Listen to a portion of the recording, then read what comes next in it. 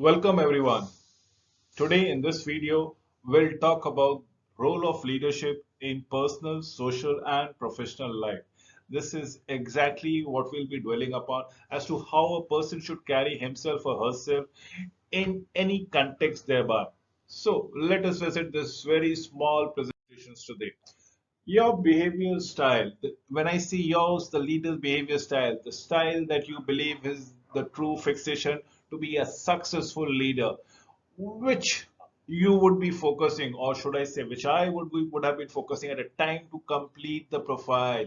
As a leader, what is your perfect focus? As your leader, a perfect behavioral style that you believe is the true ingredient for success. External condition and situation exist at present time that may impact your current response. So my request to you is avoid labeling as an aggressive leader, as a passionate leader, as a people concentric leader, as a trade style leaders, and so on and so forth. So basically there are two varieties or two concerns that people always ascribe to. One is to the task, the other one would be towards the people. So concern for task or goal orientations, or concern for people, or should I say behavioral aspect, motivated levels of being a leader.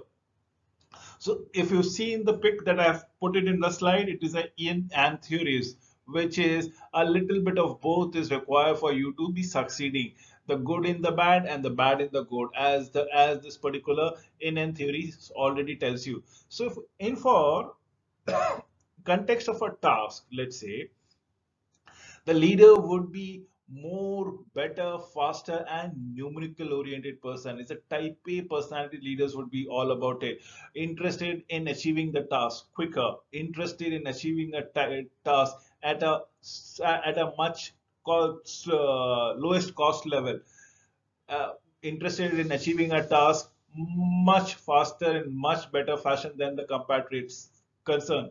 On the other hand, the concern from people would be looking to ensure that no team members has been left behind. Everybody is taken care of, and so on and so forth.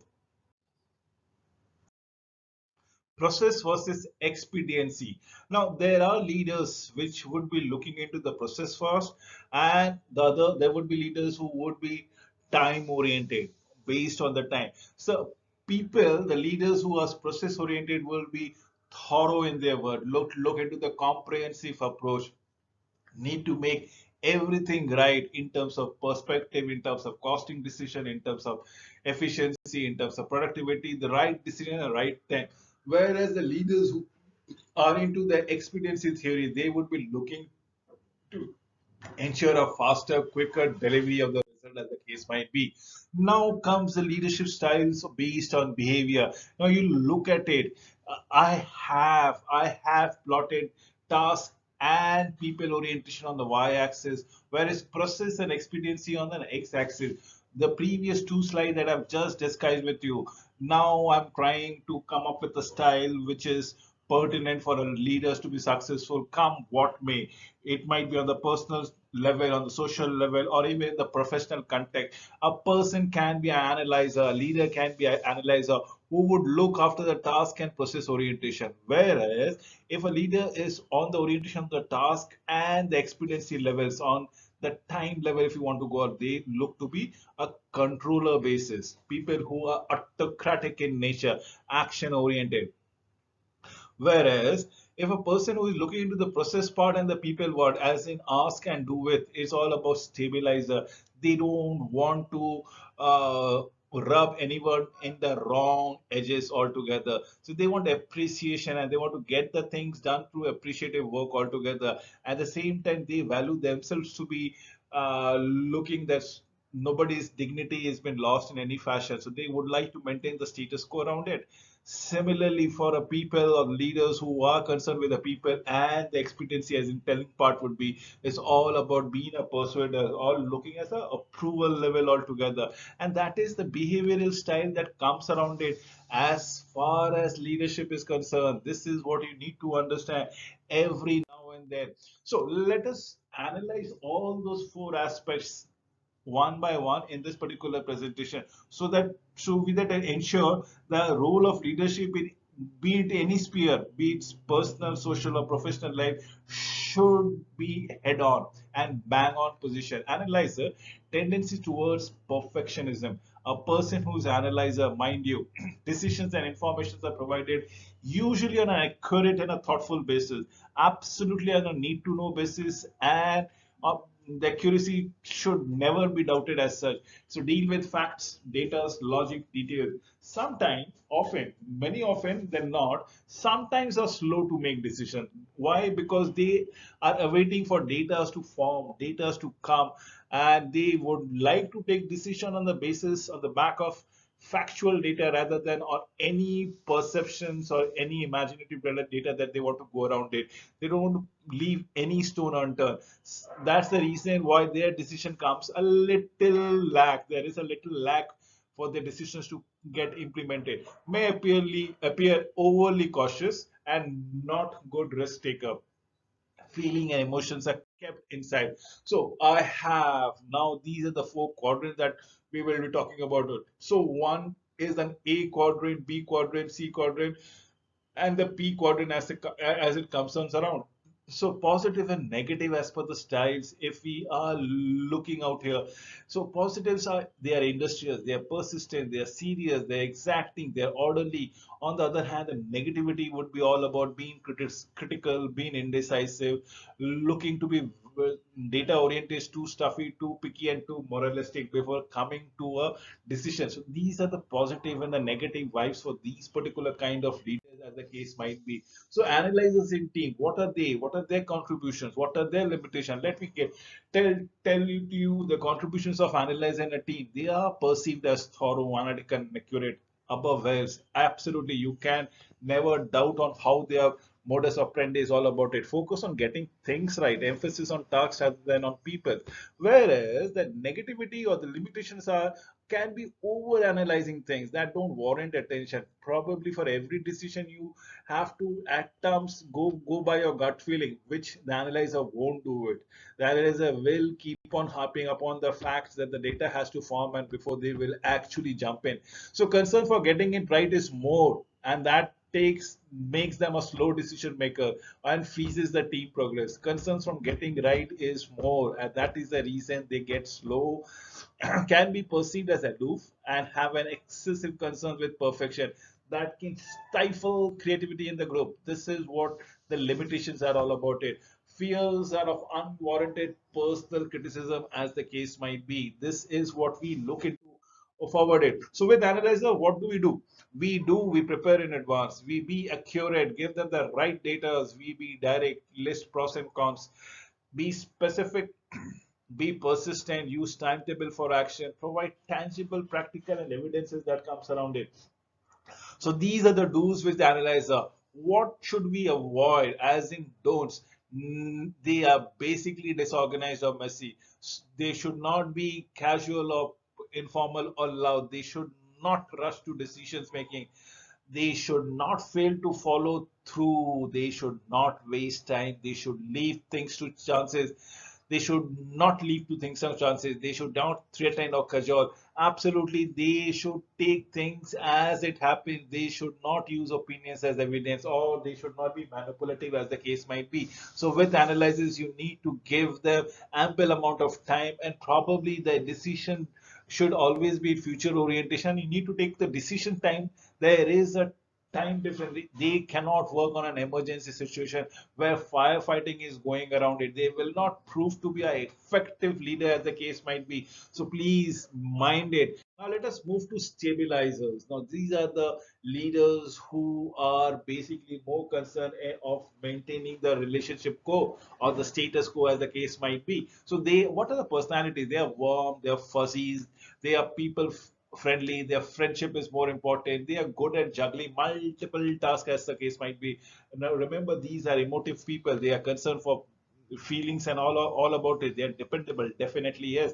People do have a trust on them. They are agreeable, less inclined to speak their mind, can get hurt feelings or be offended, as the case might be. So this is what stabilizer is all about it. Now Let me tell it to you the positive and negative as per the quadrant. Remember, this is the stabilizer that we comes around it. The positives are what? They are supportive, they are respectful, they are willing, they are dependable, and they are agreeable. Remember, these are the roles that the leadership has to go around it. Now, you have to tell me which all styles that you will be working around in personal life, in social life, and in your professional life. Which are the roles? Believe me or not, every one of us wears the hats one at a time. So at times there is something called conformity. The negativity is unconforming, unsurety, pliable, dependability, and awkwardness that comes into it. Absolutely, yes. This is what we are looking forward to it. So stabilizers, the contributions and limitation, let me tell it to you, probably voice my opinion.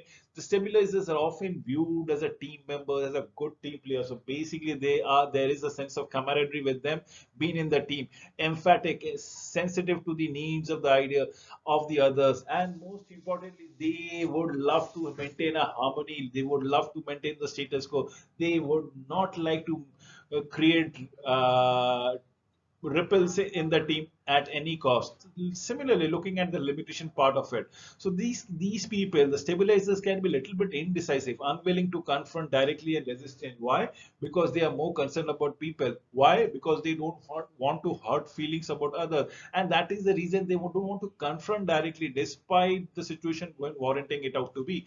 Because of their needs to maintain team harmony, their own needs may get suppressed. Over time, this can cause resentment, degree of passive aggressiveness, not inclined to celebrate their accomplishment, yet they become frustrated and perhaps resentful. Now, these are the limitations of a stabilizer in a team. You need to let know what exactly is the fear. The stabilizers are always in a sense of chaos, confusion, and change, as the case might be. So, what should the stabilizer do? They should do start with a personal comment, as in disclose what they are looking at into it. Similarly, they should show sincere interest in them as people. They should listen and be responsive.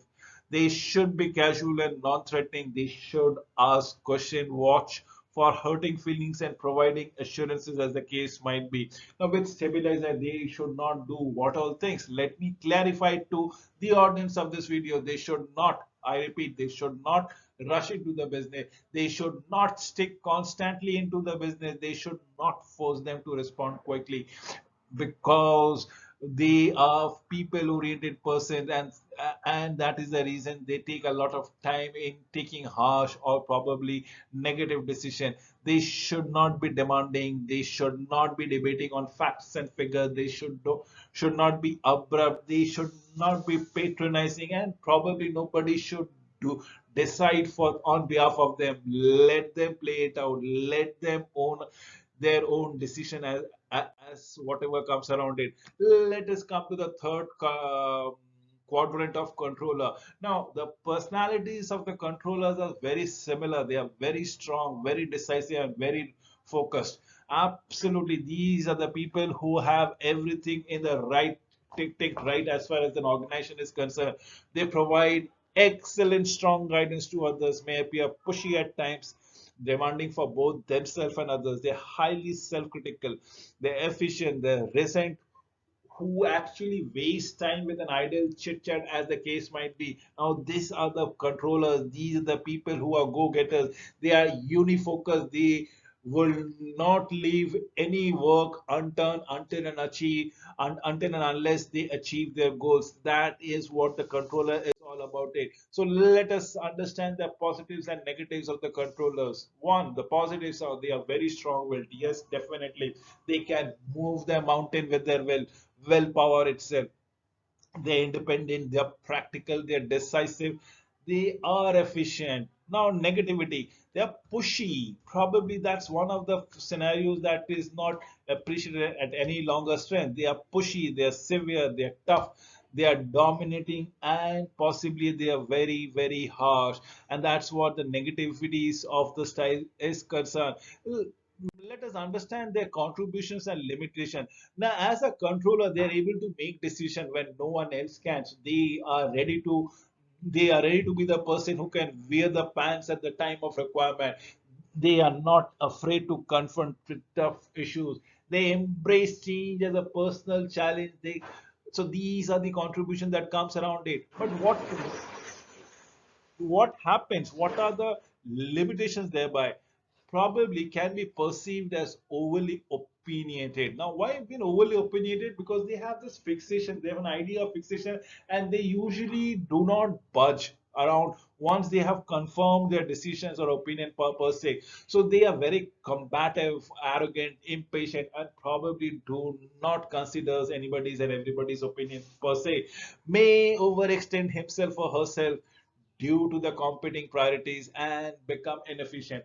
Why do I say inefficient? Because they overextend. At times, after a point of time, they become rudderless. And believe me or not, every person, every product, every service has an expiry date. Within the expiry date, you need to contribute. Beyond it, your contribution becomes much less effective. So fear is losing control. This is one of the fear that comes around it. And the moment they feel that they have lost control, they will actually give up control altogether. With controllers, they are very specific and brief. They stick to the business. They are prepared, present facts absolutely clearly. They ask what questions, provide alternative solutions, take issues with the facts as the case might be. They absolutely talk everything. Now, with controllers, they don't ramble or waste time. They are not disorganized or messy, leave loopholes or be unclear. Ask rhetorical questions, make decisions for them, be speculative and be directive as the case might be in short. So we come to the last, probably the fourth quadrant altogether. Now, what is it that the persuaders are all about it? Remember, they are more interested to be have a balance between concern for people and concern for goal. So they want themselves to be involved in any and every activities. Absolutely, yes. Once they are involved in activities, they come up with their own solution and perspective. They are highly creative, highly enthusiastic, operate primarily by intuitions. Definitely, yes, they are party people, like to have a good time, but less tolerant for those who are not very expressive actually. Now, easily get bored or distracted and difficult to keep a task. And that is what a persuader is all about it. This is what we are looking forward altogether. So as a positive and negative, what are the positivities of persuaders? They are ambitious, they're stimulating, they're enthusiastic, they're dramatic, they're friendly. These are all the advantages of persuaders. But what are the negatives or disadvantages of working with persuaders? Because at times they become manipulative. They can get manipulative, excitable, undisciplined, and reacting and egoistical as the case might be. This is the reason why you should always take with a pinch of salt about what they are saying and so on and so forth. So let us understand what are the contributions and limitations of persuaders and team. They have absolutely great enthusiasm with working with others.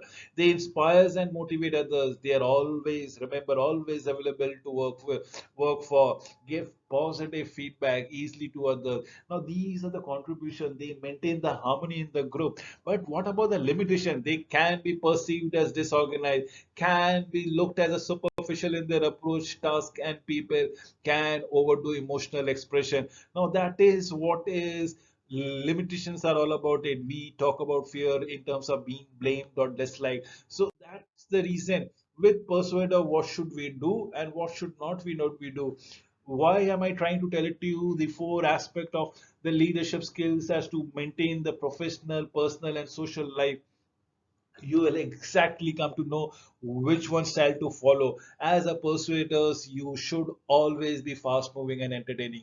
As a persuader, you should always leave time for socializing, talk about their goals. They should look at the big picture, ask for their opinions and the ideas, provide examples for the people they believe are important, and definitely the persuader should offer incentive or reward. But what happens? What should the persuader not do?